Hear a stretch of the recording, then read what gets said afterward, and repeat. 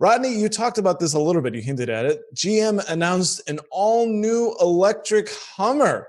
And this thing is interesting because, Rodney, the Hummer was a symbol for maybe mid-2000s excess. It was a gas guzzler. It was very gaudy. I mean, you couldn't miss one driving down the road, particularly the orange or yellow ones. That there are a lot of those around in my neck of the woods. But they're rebooting it, I guess, as an all-electric vehicle. And you wrote about this on InformedAmerican.com.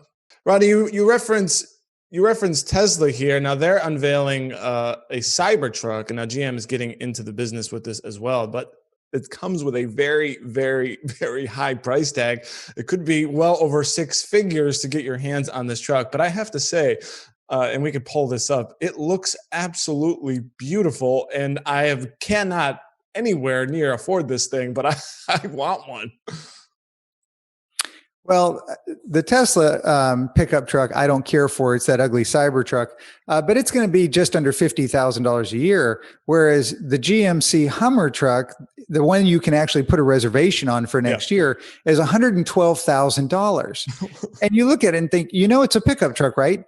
It goes 350 miles and it has the same lithium ion battery that these other vehicles do that takes many hours to recharge. And so it's not useful as a truck if you're doing anything in it.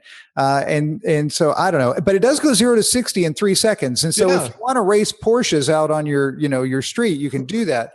Who doesn't want to do that? It's like a big barge, beating a sports car. That's amazing. They are introducing lower priced models, or that's their plan in the years after that. Each successive year is going to have a lower priced one available.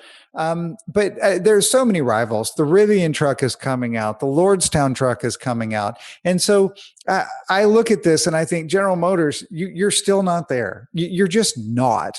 And so I don't... To the point of what we talked about earlier, the idea that we're going to move to electric vehicles at such a pace as to dramatically reduce our oil consumption, we're just not there in any big numbers. Tesla announced earnings and they made a profit for like the fifth straight quarter or whatever it was, and everybody was just joyful about that. And it's like, wait a second. They've earned about $450 million, I think, over the past 4 or 5, 6 quarters.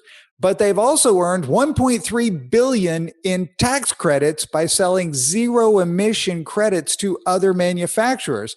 All of their profits came from selling tax credits. They came from me and you as taxpayers. They did not come from the company selling profitable vehicles. And so we're not anywhere close to this going mainstream. And even if they got to 500,000 vehicles, which I don't think they will, and even if they got to 500,000 in the US, which they will not, it would still be just a very small piece of the 16 million vehicles we sell every year. So we're not there yet. If Joe Biden gets elected, then we're going to get rid of combustible engines. We'll all buy the new GM truck for $100,000. And of course, who cares if Tesla's basically profiting from government money? Because that's sort of the Green New Deal anyway, right? We're going to invest in things, and we know what that means. So this is maybe that we're looking at a glimpse of the future here, Rodney.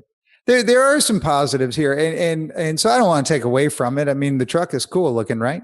Yes, it's very cool. There's a company, QuantumScape, that we've talked about before, that's made the solid state lithium battery that is cheaper than the current battery that people use, lithium ion, and gets 80% more power from the same weight, and can recharge in 15 minutes to 80%. And so that battery is supposed to be available by 2024 on a commercial level to put into cars.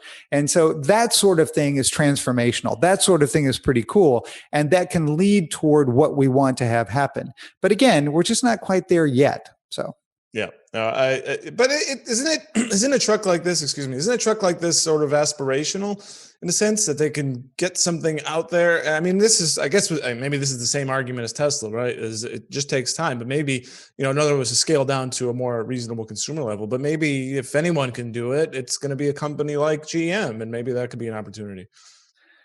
I think it's aspirational for GM, if that's what you're saying. This is the same company that screwed up the Bolt and the Volt. And so I just look at it and they haven't been able to do either of two very clear things. One, make an electric vehicle that makes sense, even though they've had this model out there called Tesla since 2012 plunking out cars. Or two, go buy a stupid electric car company that already has the plans for it. Here's the comical situation General Motors finds themselves in. The company spends billions of dollars a year. They make millions of vehicles a year, and they closed their Lordstown plant, their auto assembly plant in Lordstown, Ohio.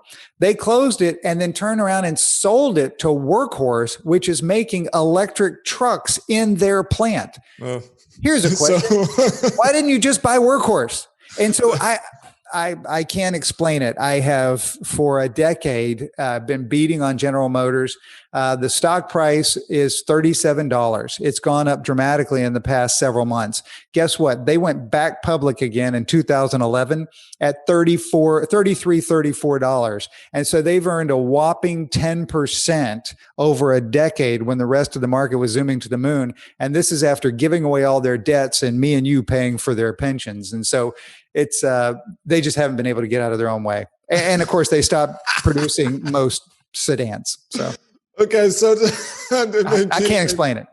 GM maybe not the opportunity here to lead the way in electric vehicles. So we will see.